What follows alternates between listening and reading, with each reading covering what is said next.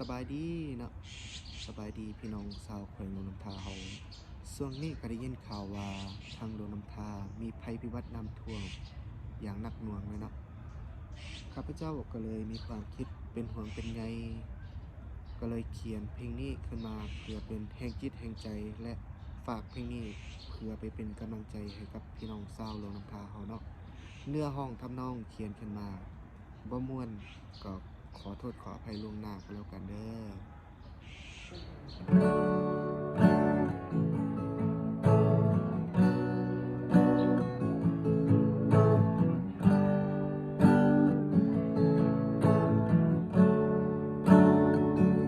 แขวงหลวงนำทายิ้มข่าวมานำท่วมหนักหนาพี่น้องปวงส่วนภาษาติดบนหลังคาหลายวันหลายคืน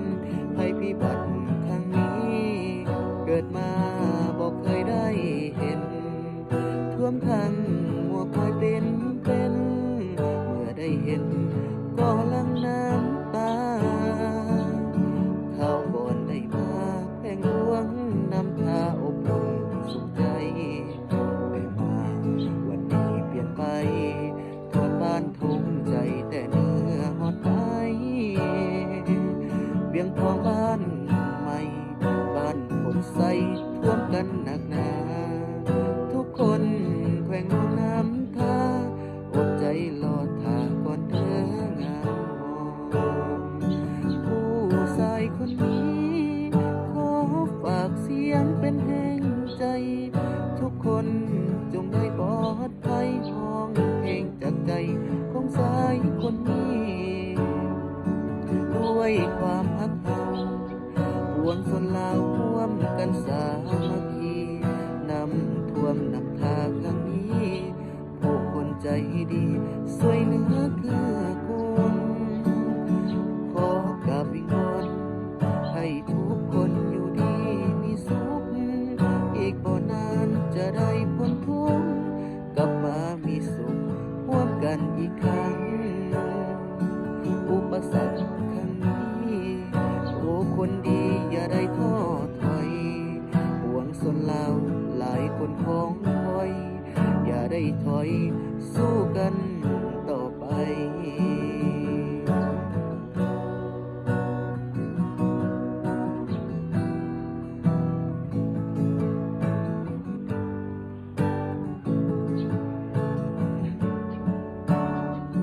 ผู้ชายคนนี้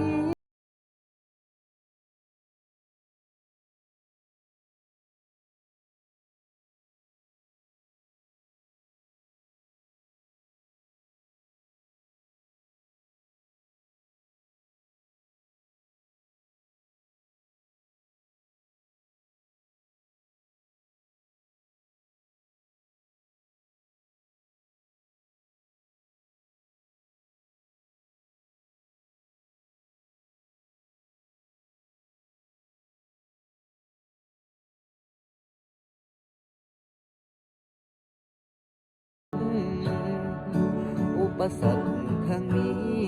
โอ้คนดีอย่าได้ท้อถอยห่วงสนลาวหลายคนพร้อมคอยอย่าได้ถอยร่วมกัน